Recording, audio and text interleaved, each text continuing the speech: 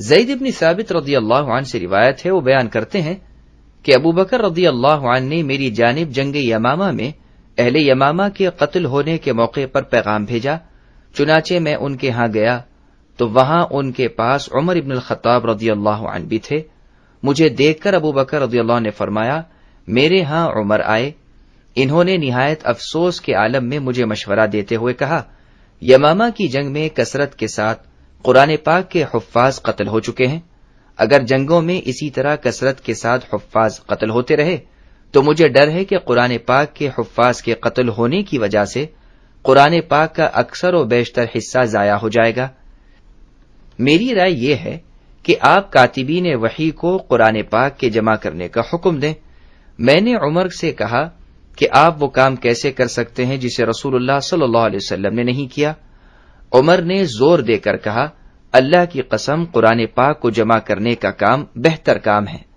چنانچہ عمر رضی اللہ عنہ قرآن پاک جمع کرنے کے بارے میں مجھ سے بار بار کہتے رہے، یہاں تک کہ اس کام کے لیے اللہ نے میرا سینہ کشادہ فرمایا اور میری رائے عمر کی رائے کے موافق ہو گئی۔ زید بن ثابت رضی اللہ عنہ نے بیان کیا کہ اس کے بعد ابو بکر رضی اللہ عنہ نے مجھ سے کہا، آپ جوان سال اور ہوش مند ہیں، آپ کی عدالت پر ہمیں کچھ شک نہیں، مزید برآں آپ کو وحی کے لکھنے کا شرف حاصل رہا ہے، اس لیے قرآن پاک کی آیات کو تلاش کریں اور انہیں ایک مصحف میں جمع کریں۔ زید بن ثابت رضی اللہ عنہ نے بیان کیا، اللہ کی قسم اگر وہ مجھے کسی پہاڑ کے منتقل کرنے کا حکم دیتے تو یہ کام اتنا مشکل نہ ہوتا جتنا کہ مجھے قرآن پاک جمع کرنے کا کام دشوار معلوم ہوا۔ زید رضی اللہ عنہ نے بیان کیا، میں نے ان سے کہا، آپ وہ کام کیسے کر سکتے ہیں جس کام کو رسول اللہ صلی اللہ علیہ وسلم نے انجام نہیں دیا؟ ابو بکر رضی اللہ عنہ نے پر اعتماد لہجے میں فرمایا، اللہ کی قسم یہ کام نہایت مبارک ہے۔ زید بن ثابت رضی اللہ عنہ نے بیان کیا، چنانچہ ابو بکر رضی اللہ عنہ مجھے بار بار کہتے رہے یہاں تک کہ اللہ نے مجھے انشراح صدر عطا فرمایا، یعنی میرے سینے کو بھی اس کام کے لیے کھول دیا، جیسا کہ ابو بکر اور عمر رضی اللہ عنہما کو انشراح صدر عطا فرمایا تھا۔ چنانچہ میں نے جمع قرآن پاک کے لیے اس کی آیات کھجور کی شاخوں، سفید پتھروں اور حفاظ قرآن کے سینوں سے تلاش کرنا شروع کیا، یہاں تک کہ سورہ توبہ کی آخری آیت مجھے ابو خزیمہ انصاری رضی اللہ عنہ کے ہاں سے دستیاب ہوئی۔ ان کے علاوہ کسی کے ہاں میں نے اس آیت کو نہ پایا۔ وہ آیت یہ تھی، لَقَدْ جَاءَكُمْ رَسُولٌ مِّنْ أَنفُسِكُمْ، آخری سورت تک۔ پس یہ جمع شدہ مصحف ابو بکر صدیق رضی اللہ عنہ کے پاس رہا یہاں تک کہ وہ فوت ہو گئے۔ ان کے بعد زندگی بھر عمر رضی اللہ عنہ کے پاس رہا، بعد از حفصہ بنت عمر رضی اللہ عنہا ام المؤمنین کے پاس رہا۔ اس حدیث کو بخاری نے روایت کیا ہے۔ انس ابن مالک رضی اللہ عنہ سے روایت ہے، وہ بیان کرتے ہیں کہ حذیفہ ابن یمان رضی اللہ عنہما عثمان رضی اللہ عنہ کے پاس جب وہ خلیفہ تھے، وہ آرمینیا آذربائیجان کو فتح کرنے کے لیے شامیوں اور عراقیوں کے لیے جنگی سامان مہیا کر رہے تھے۔ چنانچہ قرآن پاک کی قراءت میں عراقیوں اور شامیوں کے اختلاف نے حذیفہ رضی اللہ عنہ کو پریشان کر دیا۔ انہوں نے عثمان رضی اللہ عنہ سے کہا، اس سے پہلے کہ امت مسلمہ کتاب اللہ کی قراءت میں اختلاف کرے جیسا کہ یہودیوں اور عیسائیوں نے اختلاف کیا اور کمی بیشی کی، آپ امت مسلمہ کی خبر لیں۔ چنانچہ عثمان رضی اللہ عنہ نے ام المؤمنین حفصہ رضی اللہ عنہا کی جانب پیغام بھیجا کہ آپ ہمیں مصحف عطا کریں تاکہ ہم اس کی مختلف نقلیں تیار کر سکیں، بعد از ہم آپ کی جانب اس کو بھجوا دیں گے۔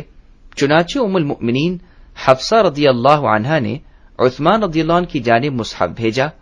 عثمان رضی اللہ عنہ نے زید ابن ثابت، عبداللہ ابن الزبیر اور سعید ابن العاص رضی اللہ عنہم اور عبد الرحمن ابن الحارث ابن ہشام رحمہ اللہ کو حکم دیا، جس پر انہوں نے نقلیں تیار کی۔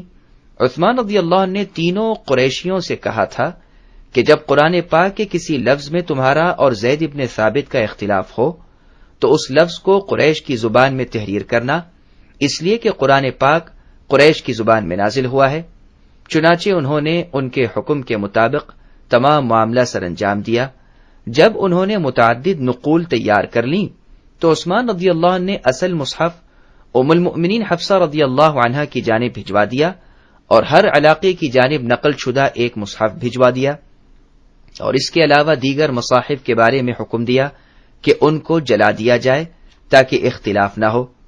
ابن شہاب رحمہ اللہ نے بیان کیا کہ مجھے خارجہ ابن زید ابن ثابت رحمہ اللہ نے خبر دی کہ انہوں نے زید ابن ثابت رضی اللہ عنہ سے سنا، انہوں نے بیان کیا کہ جب ہم نے مصحف کو نقل کیا تو سورہ احزاب کی ایک آیت ہمیں نہ مل سکی، جبکہ میں نے رسول اللہ صلی اللہ علیہ وسلم سے اسے سنا تھا کہ آپ اس کی تلاوت فرماتے تھے۔